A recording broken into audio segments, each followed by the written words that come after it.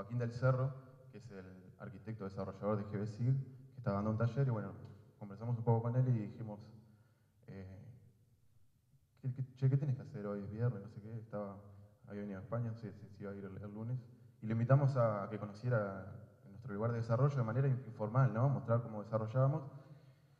Y nosotros muy tímidamente le fuimos mostrando, no, mirá, porque tenemos el GeoMVD que hace esto, y fíjate, y el tipo empezó a ver y empezó a mirar, pero esto es una cojonada, esto no sé qué, nos dijeron. Entonces nosotros con Miguel lo miramos y, ¿pero qué quiere decir?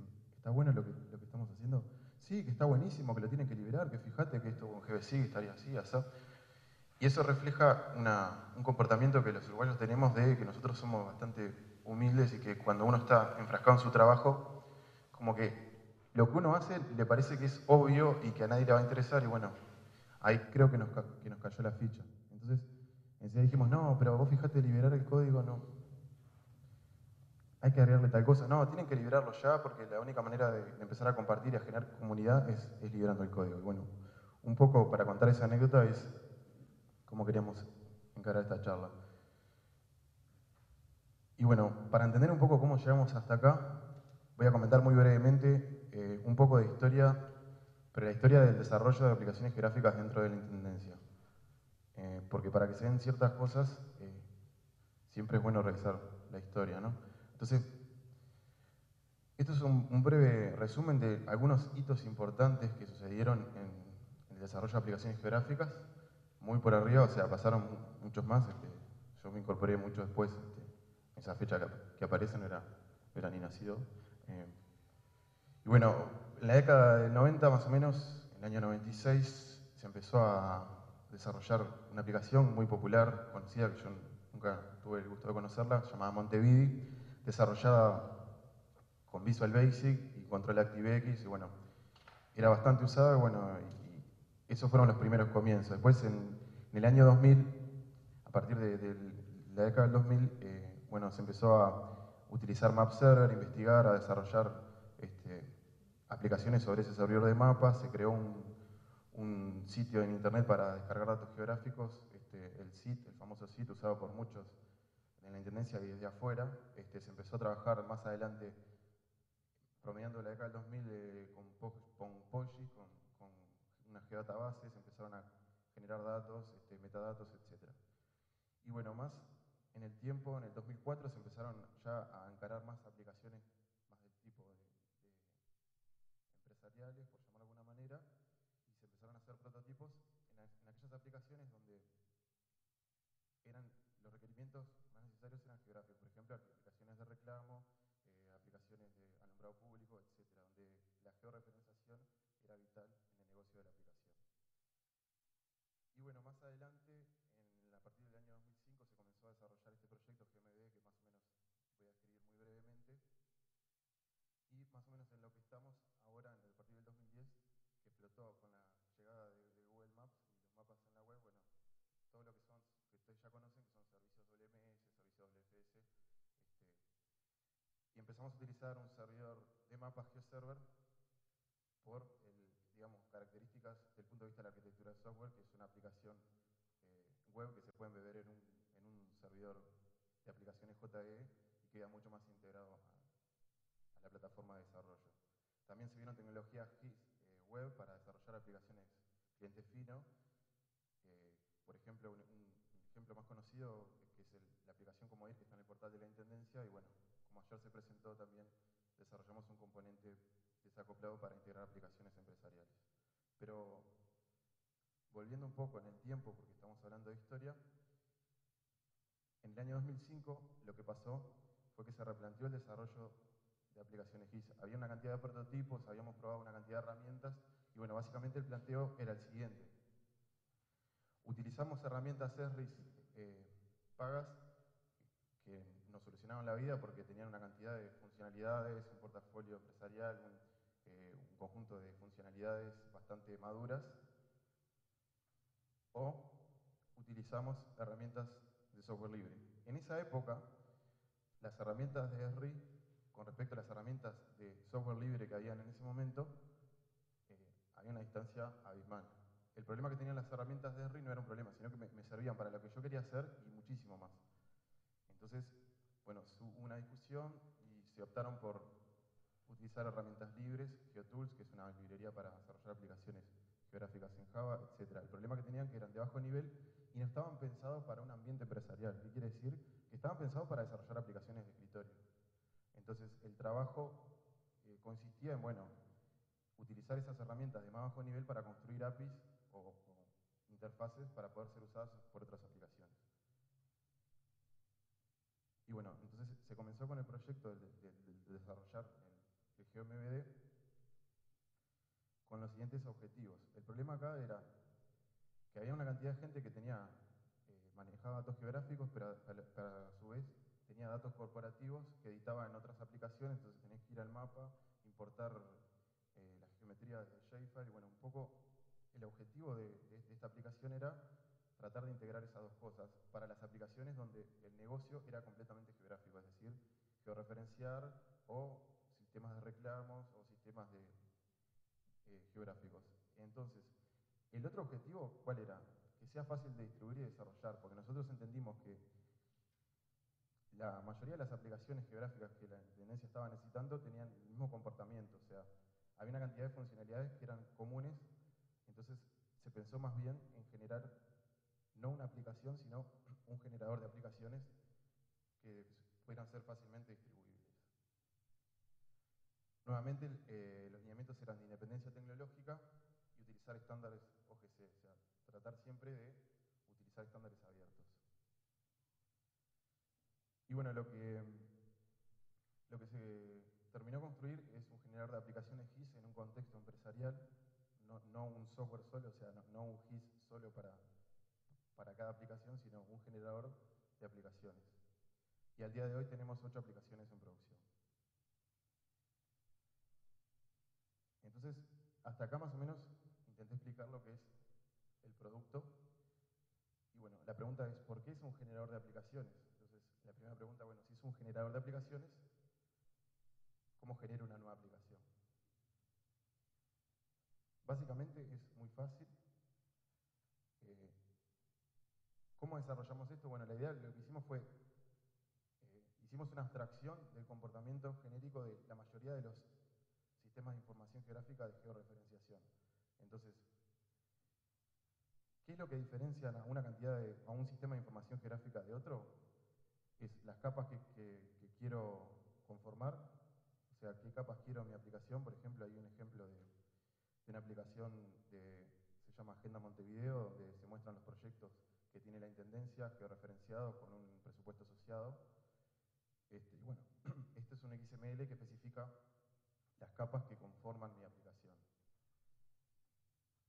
Otra pregunta que le tengo que hacer al framework para generar una nueva aplicación es, esas capas, ¿cómo las quiero visualizar? Simplemente utilizando un archivo de SLD para especificar cómo se visualizan esos datos, simbología, etcétera. Bueno, esto es un estándar OGC para la visualización de datos geográficos. Y la otra pregunta es, ¿cuál es la fuente de datos? Y bueno, acá vemos un XML también que especifica, o sea, no quiero entrar en detalles, pero especifica de dónde saco los datos. Si bien, claramente, para los que no son técnicos capaz que no lo ven, pero en ningún momento estoy mostrando una conexión a una base de datos, sino que estoy mostrando un nombre, un recurso para acceder a una conexión de base de datos, lo cual habla de que es de una aplicación en un ambiente empresarial, porque el que se conecta a la base de datos en realidad es el servidor de aplicaciones, no la aplicación en sí. Y bueno, definiendo esas tres cosas, es que yo ya estoy definiendo una nueva aplicación. Toda la parte de interacción, de guardar, de hacer zoom, etcétera, eso ya está todo encapsulado en el generador de aplicaciones. Eso va a ser igual para cada nueva aplicación que yo genere. La única diferencia, o sea, ¿cuántas aplicaciones puedo generar? Tantas como archivos de XML diferentes puedo yo configurar. Y bueno, ¿cómo se ve esto? Básicamente se ve así. Este es un ejemplo de la aplicación de Agenda Montevideo, donde se referencian proyectos. Cada puntito que ven ahí son proyectos, no se ve muy bien ahí, pero hay puntos que son estrellas, que son proyectos marcos, que dependen de otros proyectos, y bueno, básicamente esa es como se vería una aplicación generada con el generador de aplicaciones. Bueno, ahora lo dejo con Miguel para seguir la charla.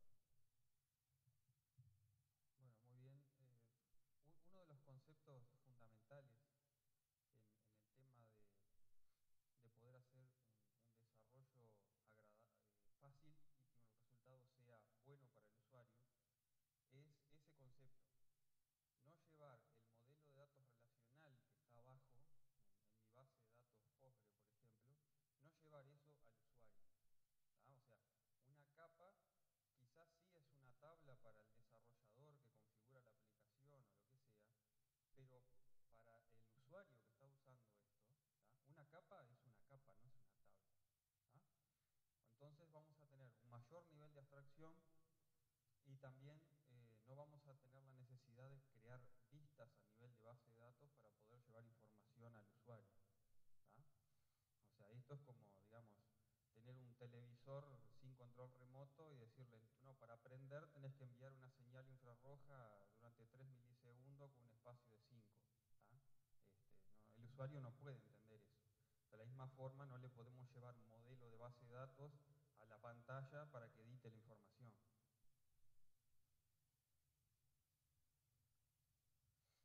Bien.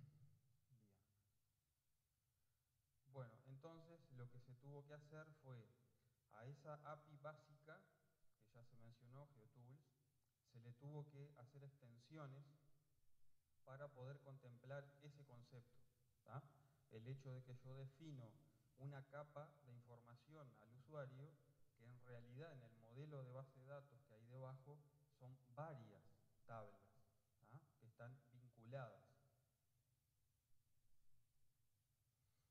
Bien, después otro aspecto interesante de esto que estamos hablando, ya en el lado del cliente justamente, el que lo está usando, hay una generación automática de los formularios.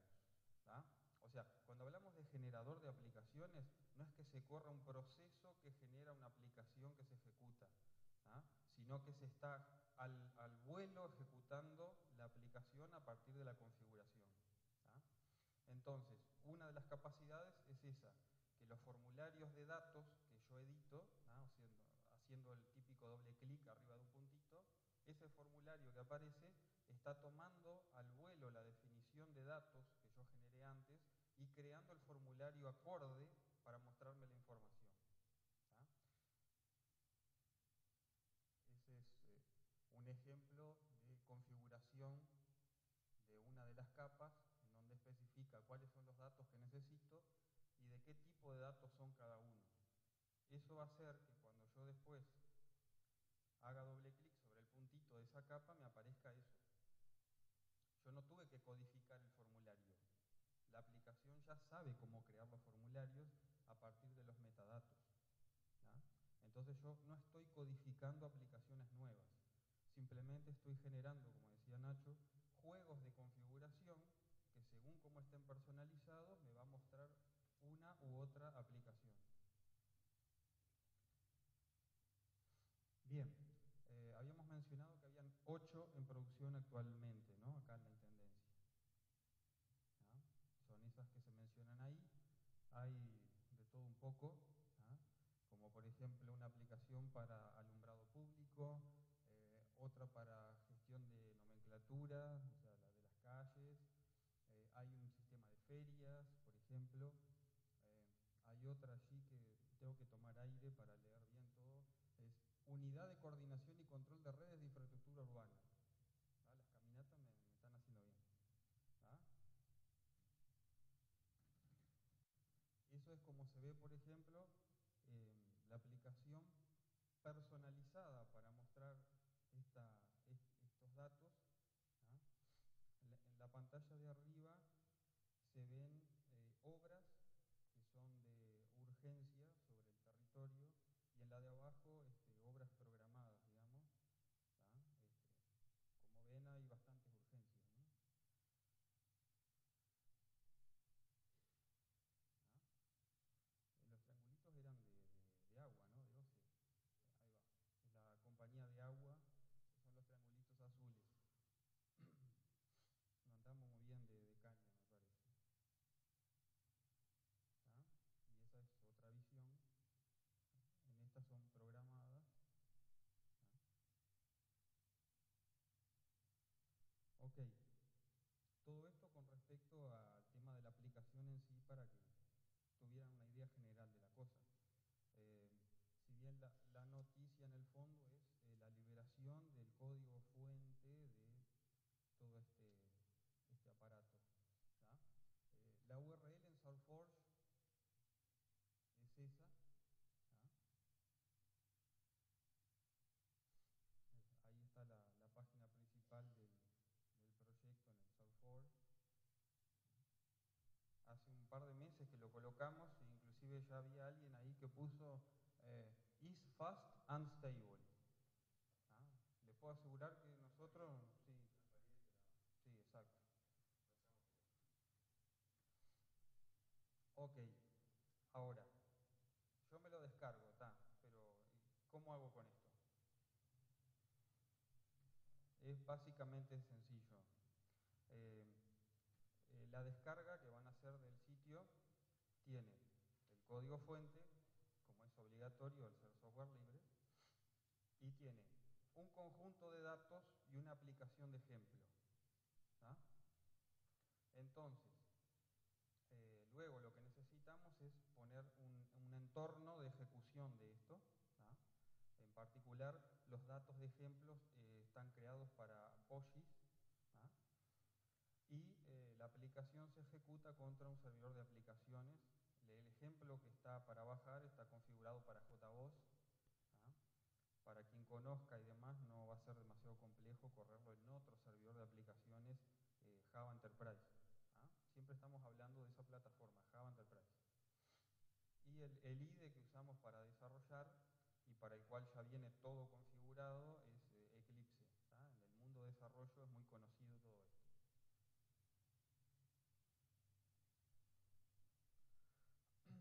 Bien, y todo esto está inserto dentro de una política general de la propia Intendencia, como en la ceremonia de apertura mencionó el director de la División Tecnología de la Información.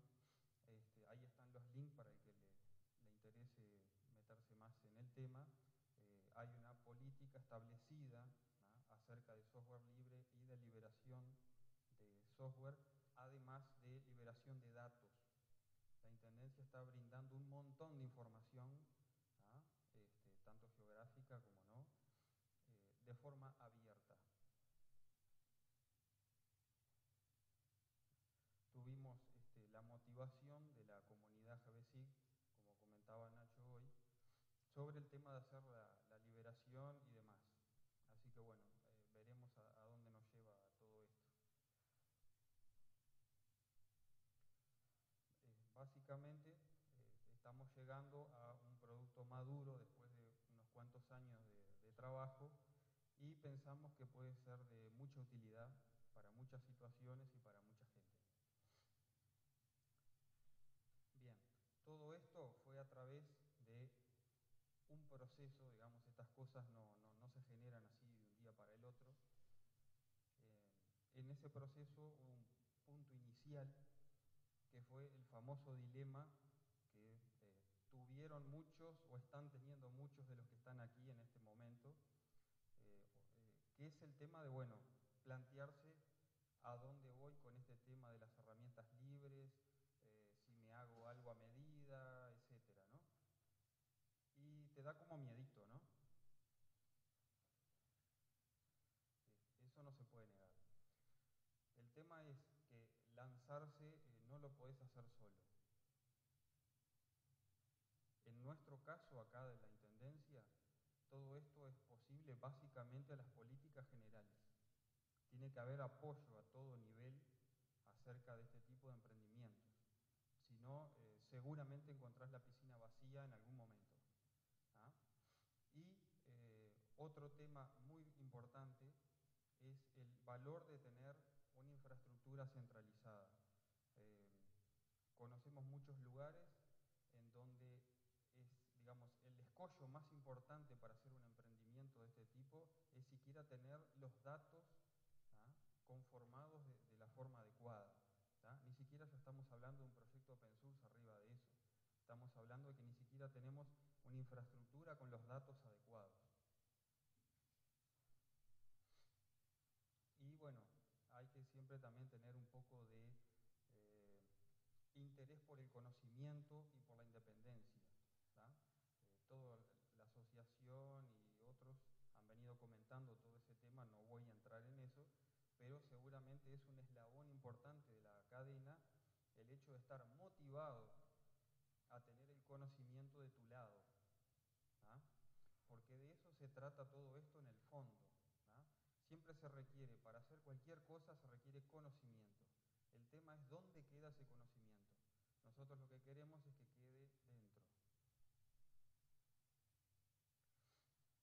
Y eso inclusive aplica al nivel, ¿tá?, de que optar por open source no significa que tengas que hacerlo todo, ¿tá?, porque a veces se asocia con algo de ese estilo.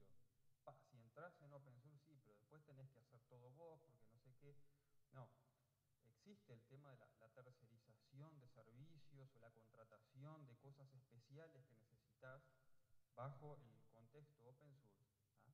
Y es muy importante cuando se hace en el contexto open source el hecho de que vos sos contraparte calificada de ese tipo de contrataciones de servicios, ¿tá? No como ocurre con el software propietario, en el cual de alguna manera te traen la comida pronta, ¿tá?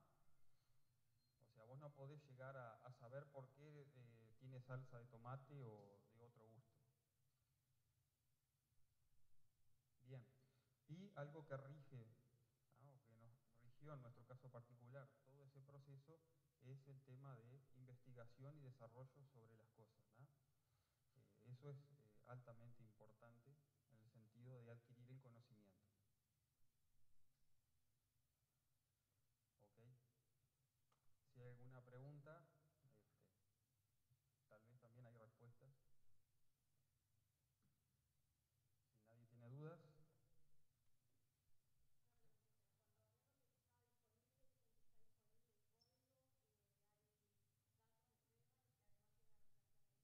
Sí. Bien. Hay un tutorial básico, ¿tá?, de cómo, digamos, cargar los datos en la base de datos y cómo ejecutar la aplicación. Es un tutorial guía, digamos. Vamos a tener que llegar a una documentación más extensa aún, pero por lo menos para lo que sería el arranque inicial es suficiente. Ok, bueno, gracias. Bueno. Bien, gracias. Pasamos a la siguiente ponencia, pasado, presente y futuro de los datos geográficos abiertos en la Intendencia de Montevideo. Marco Escalone, Intendencia de Montevideo, Uruguay.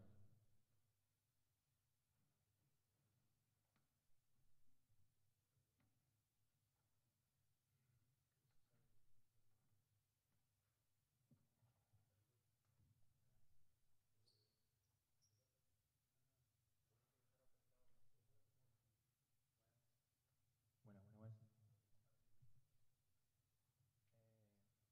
Bien, buenas tardes a todos. Bueno, soy Marco Escalone, como dijeron, trabajo en la División Tecnología de la Información de la Intendencia de Montevideo y entre otras cosas formo parte del grupo de datos abiertos y la idea hoy es presentarles un poco de lo que se ha estado haciendo en estos últimos tiempos en relación a la publicación de datos, particularmente poniendo un poco de foco en lo que son los datos geográficos, que es un poco más relacionado con el evento, ¿no? Bien, la agenda de la presentación básicamente es, bueno, hacer una introducción sobre el tema de datos abiertos, bueno, el porqué, un poco, por qué es importante liberar datos, para después pasar un poco a contar lo que fue un poco la historia de liberación de datos en la Intendencia de Montevideo. Acá en general es bueno acotar que cuando hablamos de datos abiertos estamos hablando de datos abiertos gubernamentales, ¿no? Porque en sí existen muchas fuentes diferentes, muchas posibles fuentes de datos abiertos, empresas privadas, ONGs, en fin. Pero acá vamos a estar hablando de datos abiertos del gobierno. Bien. ¿Por qué abrir los datos, ¿no? ¿Por qué liberarlos? Bien. El tema es que estamos inmersos en una realidad en la cual los gobiernos y los organismos públicos disponen de un volumen de datos enorme, pero a su vez son pocos los servicios que proveen. Cuando decimos pocos servicios, estamos hablando de pocos servicios en función del potencial de cosas que se podrían hacer con esos datos. Esto se debe por una cantidad de razones. En general lo que pasa es que los organismos tienen muchas limitaciones de todo tipo. Limitaciones de recursos, limitaciones tecnológicas, de intereses o prioridades que tengan, o directamente muchas veces no está dentro de los cometidos de un determinado organismo proveer tal o cual servicio.